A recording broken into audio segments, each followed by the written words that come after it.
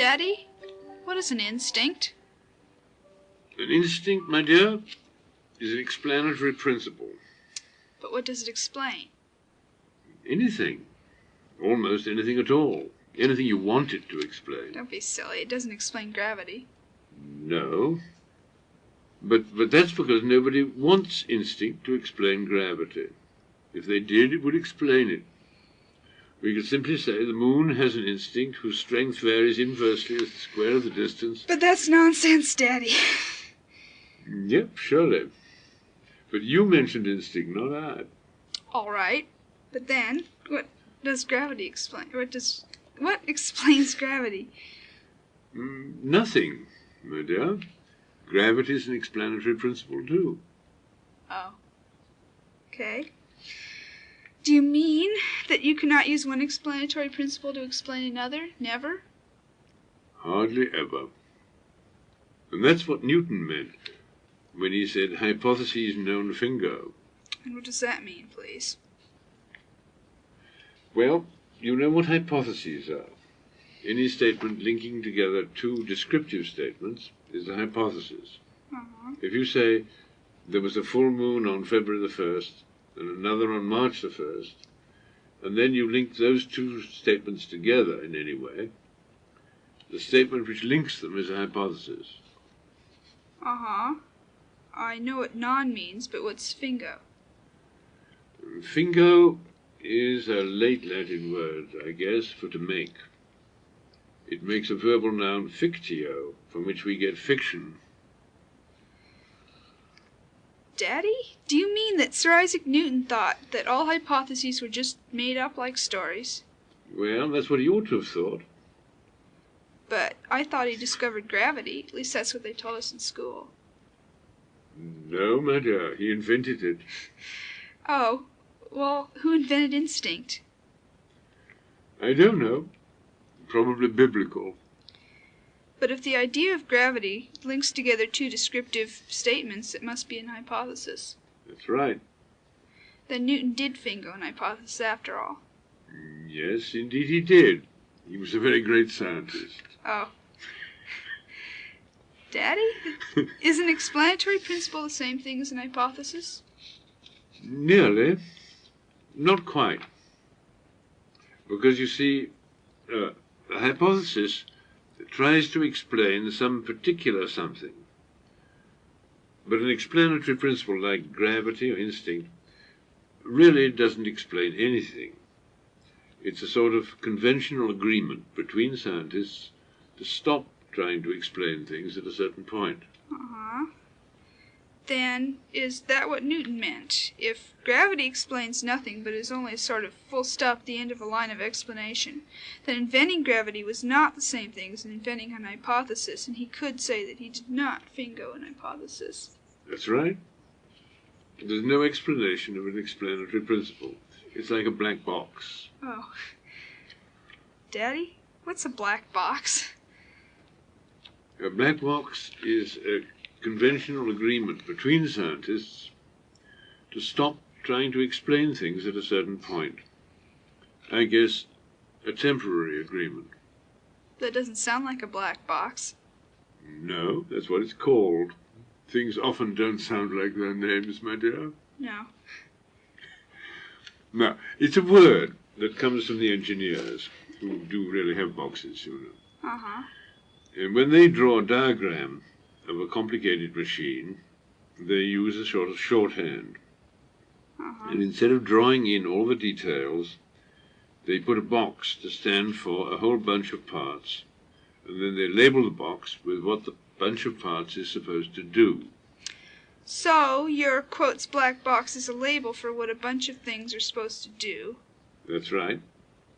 But it's not an explanation of how the bunch works. And gravity? Is a label for what gravity is supposed to do. It's not an explanation of how it does it. Oh. Daddy, what is an instinct? Oh, here we go again. It's a label for what a certain black box is supposed to do. But what's it supposed to do? Oh, that's a difficult question. Go on. Well, it's supposed to control partly control what an organism, what a creature does. Do plants have instinct? No. If a botanist used the word instinct when talking about plants, he'd be accused of zoomorphism. Is that bad? Very bad, especially for botanists. You see, for a botanist to be guilty of zoomorphism is as bad as for a zoologist to be guilty of anthropomorphism. Very bad indeed. Oh, I see. What do you mean by partly control? Well, if an animal falls down a cliff, its falling is controlled by gravity, yeah? Uh-huh. But if it wiggles while it's falling, that might be instinctive. Self-preservative instinct. I suppose so. What is a self? Does a dog know it has a self? Oh, Lord. Look, I don't know. But if the dog knows it has a self, and it wiggles in order to preserve that self, then the wiggling is rational, not instinctive. Uh-huh. Then a self-preservative instinct is a contradiction. Well, yes, it's a sort of halfway house on the road to anthropomorphism. Oh, that's bad. Very bad. But the dog, you know, might know it had a self, and not know that that self should be preserved. So then it would be rational to not wiggle. So if the dog still wiggles, the wiggling could be instinctive. Oh. But if it learned to wiggle, that would not be instinctive. Oh. What would not be instinctive? The learning or the wiggling? Just the wiggling. And the learning would be instinctive. Yes, I guess so. Unless the dog had to learn. Oh. But, Daddy, what's instinct supposed to explain? Yes, I keep avoiding that question, don't I? Yes. You see, instincts were invented before anybody knew anything about genetics, and most of modern genetics was discovered before anybody knew anything about communication theory. So it's doubly difficult to translate a word like instinct into modern terms and ideas. Yes, go on. Well, you know that in the chromosomes there are genes, and that the genes are some sort of messages which have to do with how the organism develops and how it acts or behaves. Is developing different from behaving? What's the difference? And which is learning? Is it developing or behaving? Oh, Lord, not so fast. Let's avoid these questions. Okay. Let's put developing, learning, behavior all hyphenated together in one basket. That's developing, learning, and behavior as a single sort of spectrum of phenomena. And now, let's try and see how instinct contributes to explaining this whole spectrum. But is it a spectrum? No, that's only a way of talking. Oh. But isn't instinct all in the behavior end of the spectrum? And isn't learning all determined by environment, not chromosomes? Well, let's get this clear. There is no behavior and no anatomy and no learning in the chromosomes themselves. Don't they have their own anatomy? Yes, of course they do, and their own physiology. But the anatomy and physiology of the genes in the chromosomes is not the anatomy and physiology of the whole animal. Of course not. But it's about the anatomy and physiology of the whole animal. Anatomy about anatomy. Yeah. Just as letters and words have their own forms and shapes, and those shapes are parts of words or sentences and so on, which may be about anything. Oh. Daddy, is the anatomy of the genes and chromosomes about the anatomy of the whole animal, and the physiology of the genes and chromosomes about the physiology of the whole animal? No. No. There's no reason to expect that. It's not like that. Anatomy and physiology are not separate in that sort of way. So They were only separated by us. you're going to put anatomy and physiology together in one basket like you did developing learning behavior. That's right, certainly. Uh-huh. The same basket. Oh, well, why not?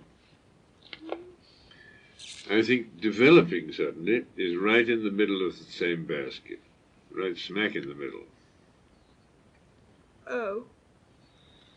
If chromosomes and genes have anatomy and physiology, they must have development. Yes, that follows. So, do you think that their development could be about the development of the whole organism? Oh, Lord, I hardly know what that question would mean. I do. It means that the chromosomes and genes would be changing or developing somehow while the baby is developing, and the changes in the chromosomes would be about the changes in the baby, controlling them or partly controlling them. No, I don't think so. Oh. Do chromosomes learn? I don't know. They do sound rather like black boxes. Yes, that's true. But if chromosomes or genes can learn, then they're much more complicated black boxes than anybody at present believes. Scientists are always assuming or hoping that things are simple, and then discovering that they're not. Yes, Daddy. Daddy? Is that an instinct? Is what an instinct? Assuming that things are simple? No, of course not. Scientists have to be taught to do that. But I thought that no organism could be taught to be wrong every time. Young lady, you're being disrespectful and wrong. In the first place, scientists are not wrong every time they assume that things are simple. Quite often they're right, or partly right, and still more often they think they're right and tell each other so. And that's enough, you see, enough reinforcement. And anyhow, you're wrong in saying that no organism can be taught to be wrong every time. When people say that something's instinctive, are they trying to make things simple? Yep, indeed they are. And they're wrong. I don't know. It depends, I guess, on what they mean. When do they do it? Yeah, that's a good question. They do it when they see a creature do something, and they're sure, first, that the creature did not learn how to do that something, and second, that the creature is too stupid to understand why it should do it. Any other time? Yes, when they see that all members of the species do the same thing under the same circumstances. And when they see the animal repeating the same action, even when the circumstances are changed, so that the action fails. So there are 4 ways of knowing that it's instinctive. No, 4 conditions under which scientists talk about instinct. But what if one condition isn't there? An instinct sounds kind of like a habit. Yeah, but habits are learned. Yes. Are habits always twice learned? Twice learned? What do you mean? I mean, let me think of an example. When I learn a set of chords in the guitar, first I learn them or find them, and then later when I get the practice, I develop the habit of playing them that way, and sometimes I get bad habits, of course. Learning to be wrong every time? All right, but what about that twice over business? Would both parts of the learning be not there if guitar playing were instinctive? That's both parts of learning. That's first finding the chords and later getting the habit, yes? Well, if both parts of learning were clearly not there, scientists might say that guitar playing is instinctive. Okay, supposing one part was missing. Yeah, then, logically, the missing part could be explained by, quote, instinct. Could either part be missing? I don't know. That is, the habit formation might be interesting, or the discovery might be missing. I don't think anybody knows. Oh. Do birds practice their songs? Yes, some birds are said to practice. I guess instinct gives them the first part of the sing, but they have to work on the second. Instinct would give them the first part, they have to work on the second. Yeah, perhaps. Could practicing be instinctive? I suppose it could be. I'm not sure what the word instinct is coming to mean, though, in this conversation. It's an explanatory principle, Daddy, like you said. Oh, you. There's one thing I don't understand, though. Yeah? Is there a whole lot of instinct, or are there a whole lot of instincts? Yeah, that's a good question. Can instincts be broken up into little ones? Scientists have talked a great deal about that. And they made lists of separate instincts, and then they've lumped them together again. So what's the answer? Not quite clear. One thing is certain, that explanatory principles must not be multiplied beyond necessity. And that means? It's Occam's razor. It's the idea behind monotheism, but for the idea of one big God, that you should prefer the idea of one big God to the idea of a lot of little ones. Is God an explanatory principle? Yes, indeed, a very big one. You shouldn't use two black boxes or two instincts to explain what one black box would explain. If it were big enough.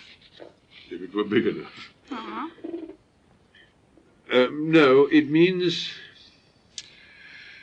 Are there little instincts and big instincts?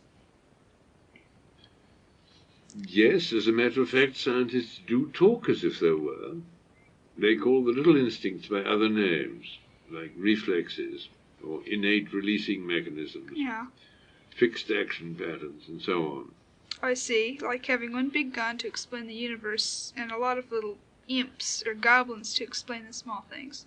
Yep, rather like that. But, Daddy, how do they lump things together to make the big instincts?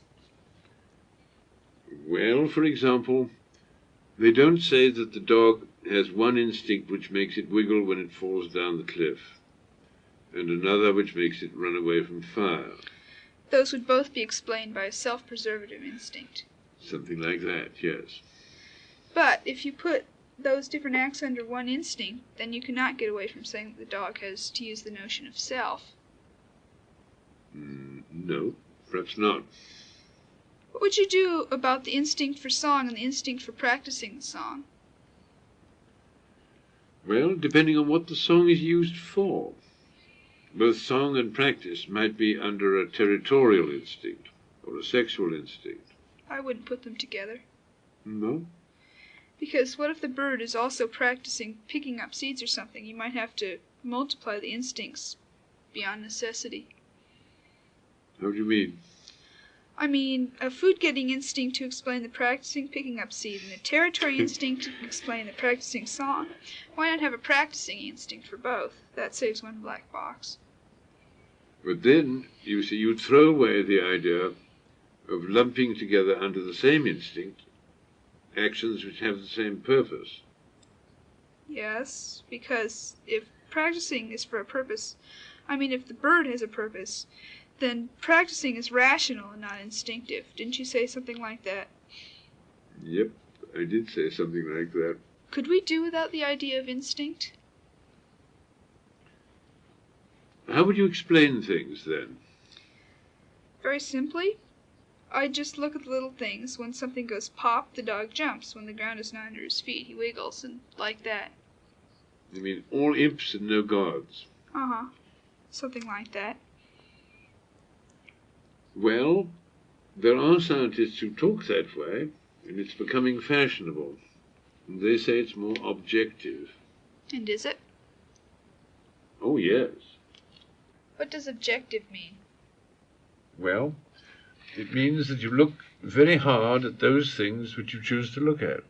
That sounds right. But how do the objective people choose which things they will be objective about? Well, they choose those things about which it's easy to be objective. You mean easy for them? Yeah. But how do they know that those things are the easy things? Well, I suppose they try different things and find out by experience. So it's a subjective choice. Oh, yes. All experience is subjective. But it's human and subjective. They decide which bits of animal behavior to be objective about by consulting human subjective experience. Didn't you say that anthropomorphism is a bad thing? Yes, but they do try to be not human. Which things do they leave out? What do you mean? I mean, subjective experience shows them which things it is easy to be objective about. Right. So they go and study those things. Mm-hmm. But which things does their experience show are difficult, so that they avoid those things? Which are the things that they avoid? Well, you mentioned earlier something called practice, and that's a difficult thing to be objective about. Uh-huh. And there are other things. It's difficult to be objective about play, for example, Right. and exploration, or about whether a rat is really exploring or really playing. Mm-hmm. So those things don't get investigated. And then there's love, and of course hate. I see. Those are the sorts of things that I wanted to invent separate instincts for. You mean separate little instincts. Right. Yeah, those things. And don't forget humor. Daddy, are animals objective? Oh, Lord, I don't know. Probably not. I don't think they're subjective either. I don't think they're split that way. That sounds right. Isn't it true that people have a special difficulty about being objective about the more animal parts of their nature? I guess so. That's what Freud said. And I think he was right. But why do you ask? Because those poor people, they try to study animals, and they specialize in those things that they can study objectively. Uh-huh. And they can only be objective about those things in which they themselves are least like animals. It must be difficult for them. Well, yes. It doesn't quite follow. It's still possible for people to be objective about some things in their animal nature. Mm-hmm. You haven't shown that the whole of animal behavior is within the set of things that people cannot be objective about. No? But just most of it, yes. What are the really big differences between people and animals? The big differences. Well, intellect, language, tools, things like that. Uh-huh. And it's easy for people to be intellectually objective in language and about tools. That's right. But it must mean that in people there's a whole set of ideas or whatnot that are all tied together. A sort of second creature within the whole person. And that second creature must have quite a different way of looking at it than the, I guess, animal person does, an objective way. A sort of objective person within the person. Right. Yeah. The royal road to consciousness and objectivity is through language and tools. But what happens when this creature looks at the part of the person, the animal part, I guess, the people are not objective about? Does it just look, or does it meddle? It meddles. Uh-huh. And what happens? Oh, God, that's a terrible question. Go on. If we're going to study animals, we must face that question. I guess so. Well, the poets and the artists know the answer better than the scientists. Let me read you a piece.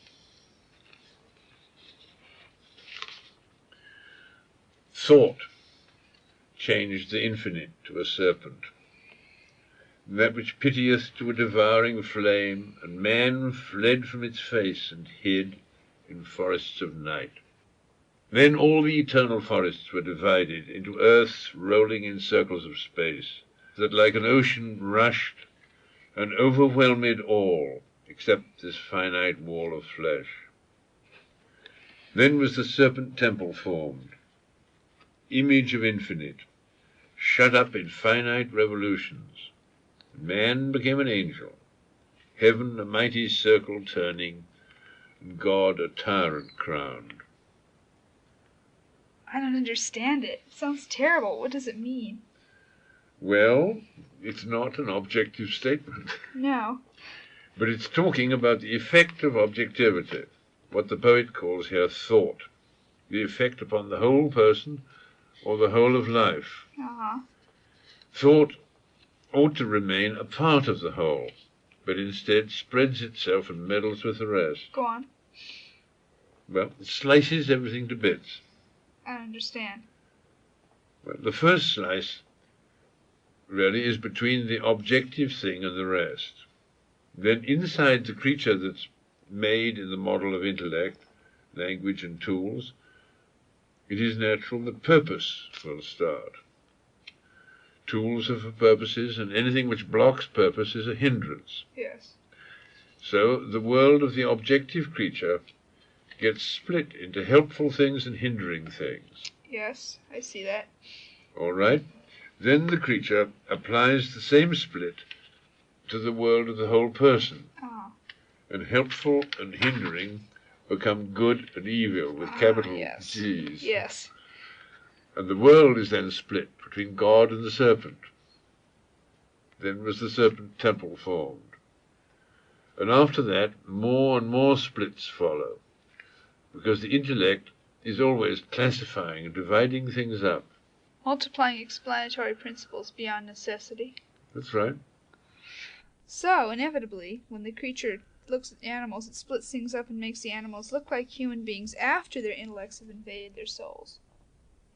What's that? Like human beings after the intellect has invaded the soul. Uh-huh. Yeah, that is a sort of inhuman anthropomorphism. And that's why the objective people study all the little imps instead of the larger things? Yep. It's called stimulus-response psychology, SR. Mm. It's easy, you know, to be objective about sex, but almost impossible to be objective about love. Daddy, we've talked about two ways of studying animals, the big instincts and the stimulus response way, and neither seems very sound. What do we do now? I don't know. That's not very helpful. Didn't you say that the royal road to objectivity and consciousness is language and tools? What's the royal road to the other half? The royal road to the other half. Freud said it was dreams. Oh. What are dreams? How are they put together?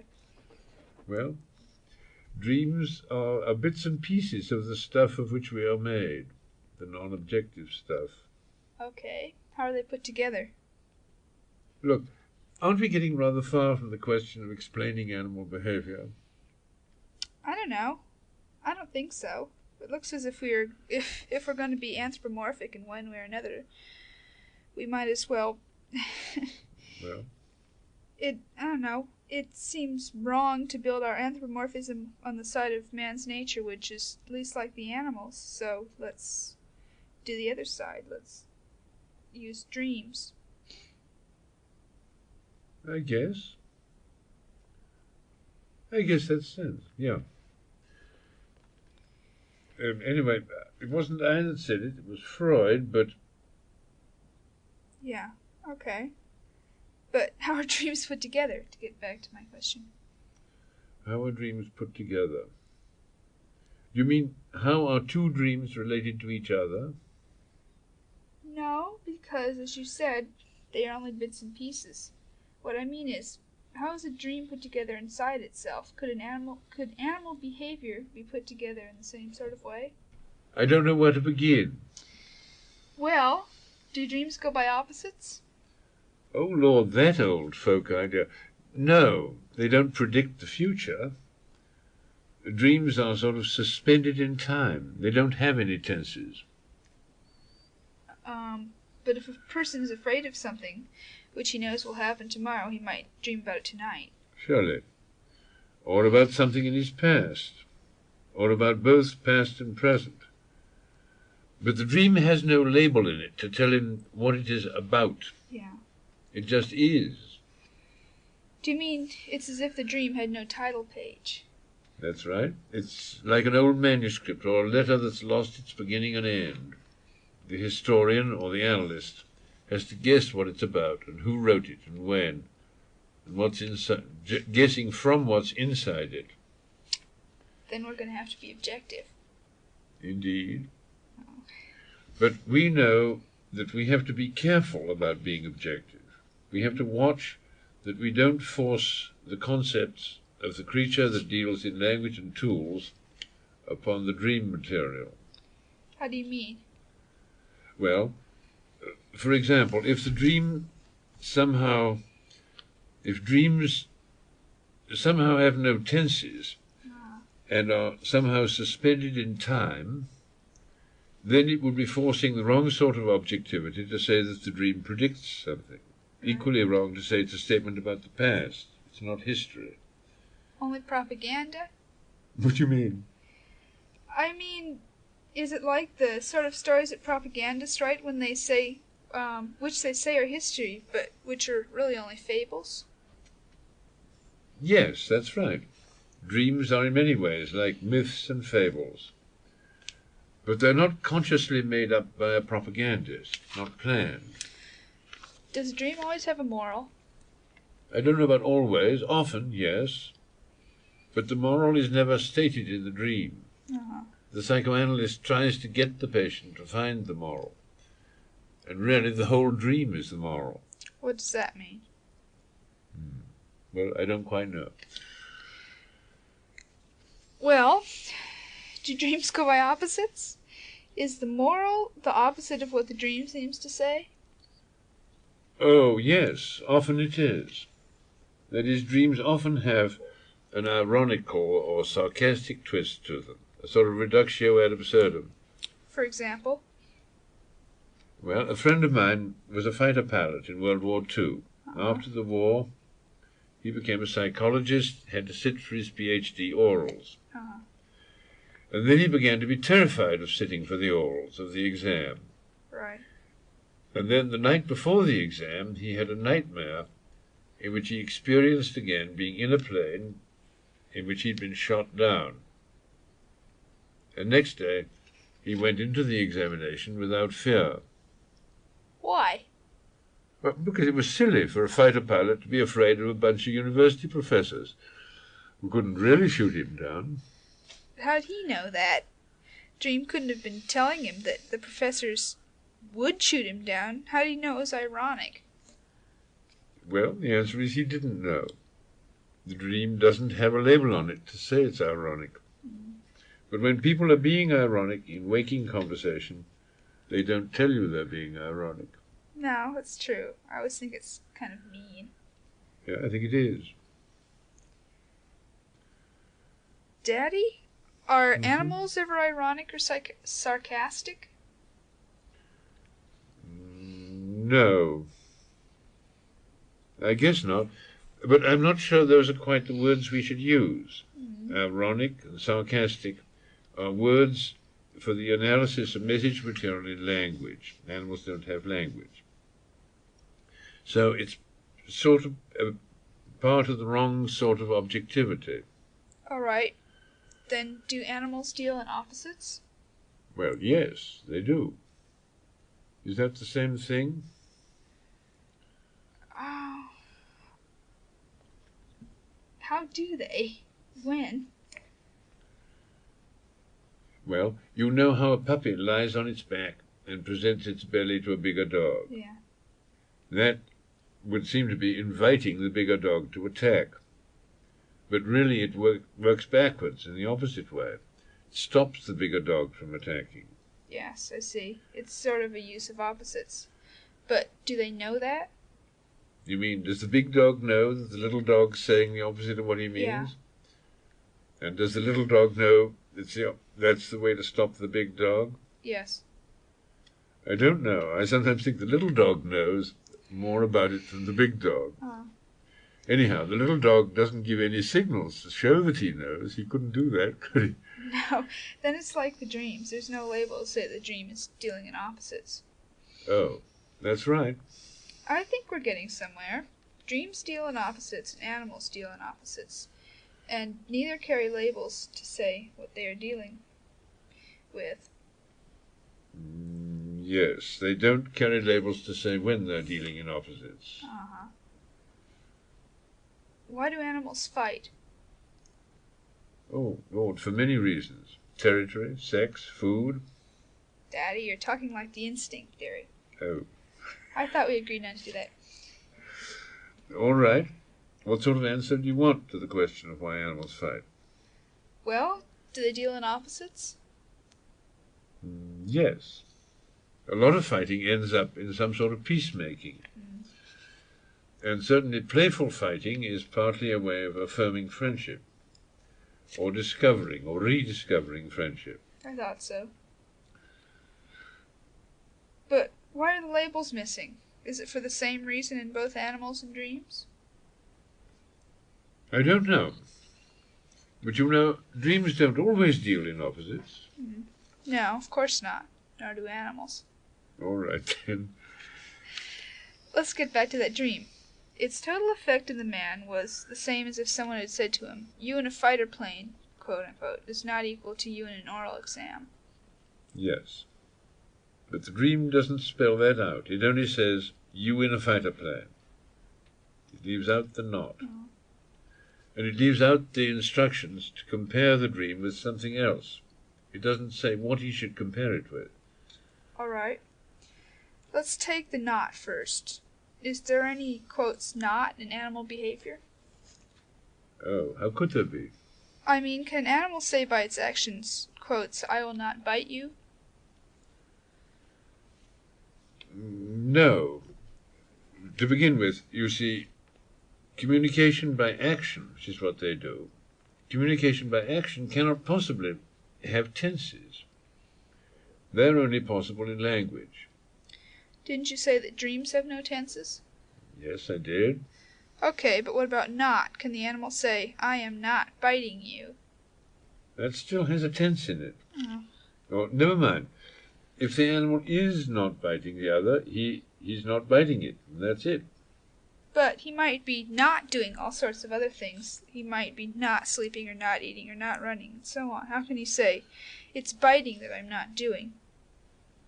He can only do that if biting has somehow been mentioned.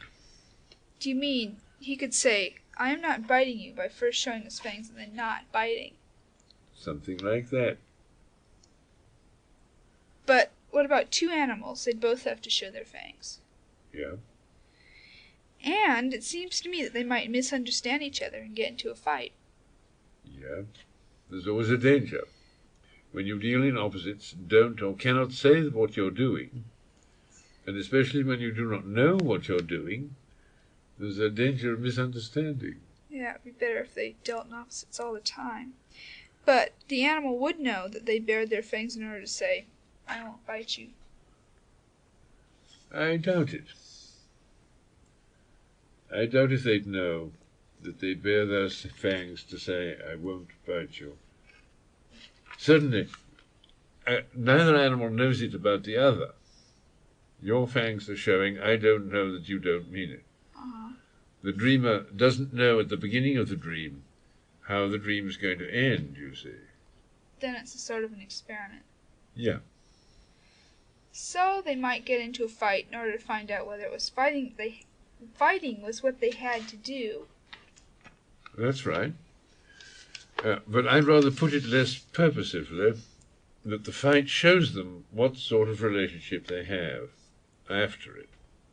It's not planned. Then not, quote unquote, to use that word again, is really not there when the animals show their fangs? I guess not. Or often not.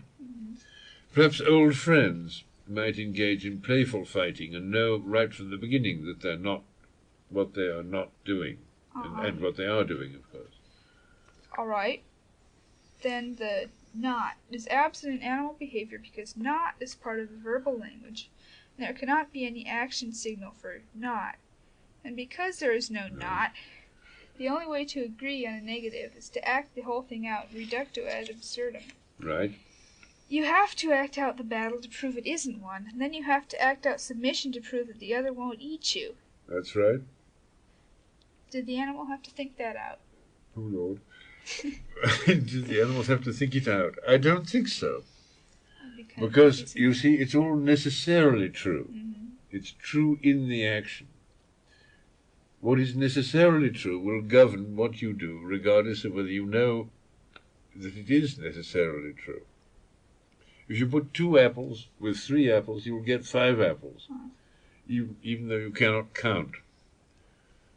It's another way of explaining things. Oh. But then, why does the dream leave out the not? Why doesn't it just, put it in words or something? Well, for a similar reason.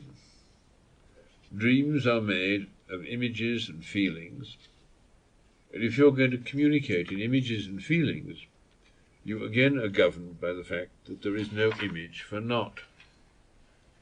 But could you dream of a stop sign with a line through it, which would mean no stopping? Yes, but that's well on the way to language. Mm. The deleting line is not the word not. It's the word don't. And don't can be easily conveyed in action language. Mm. If the other person makes a move to mention what you want to forbid, you see, you can always make the moves that says don't. Right. And you can even dream in words, and the word not might be among them. Uh-huh. But I don't think you can dream a not which is about the dream. I mean, a not which means this dream is not to be taken literally. You can't frame the dream.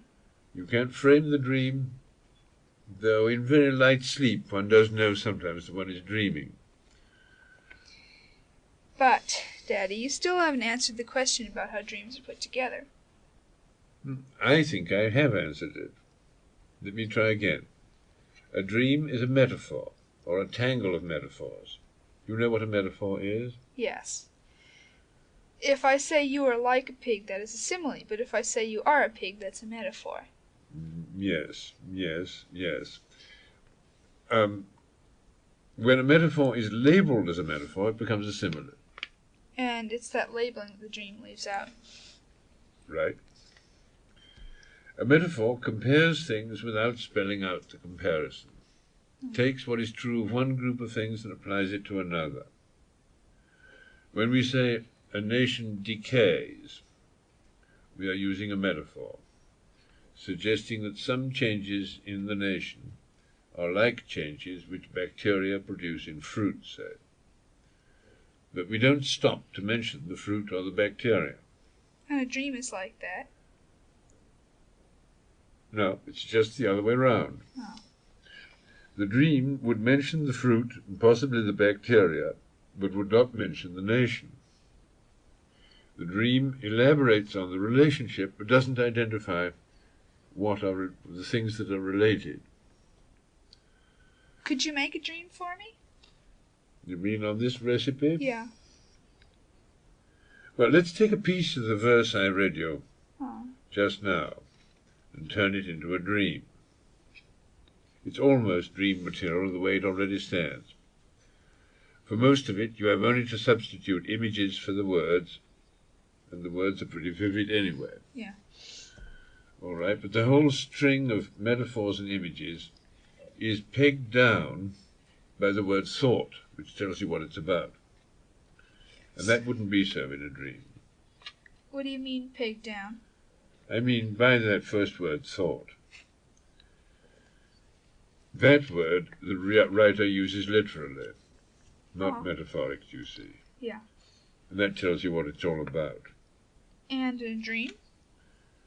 That word, too, would have been metaphoric. Then the whole poem would have been much more difficult to understand. Okay, change it. All right, what about Barbara changed the infinite, and so on? Why? Who's she? Well, she's barbarous, and she's female, and she's the mnemonic name of a syllogistic mood.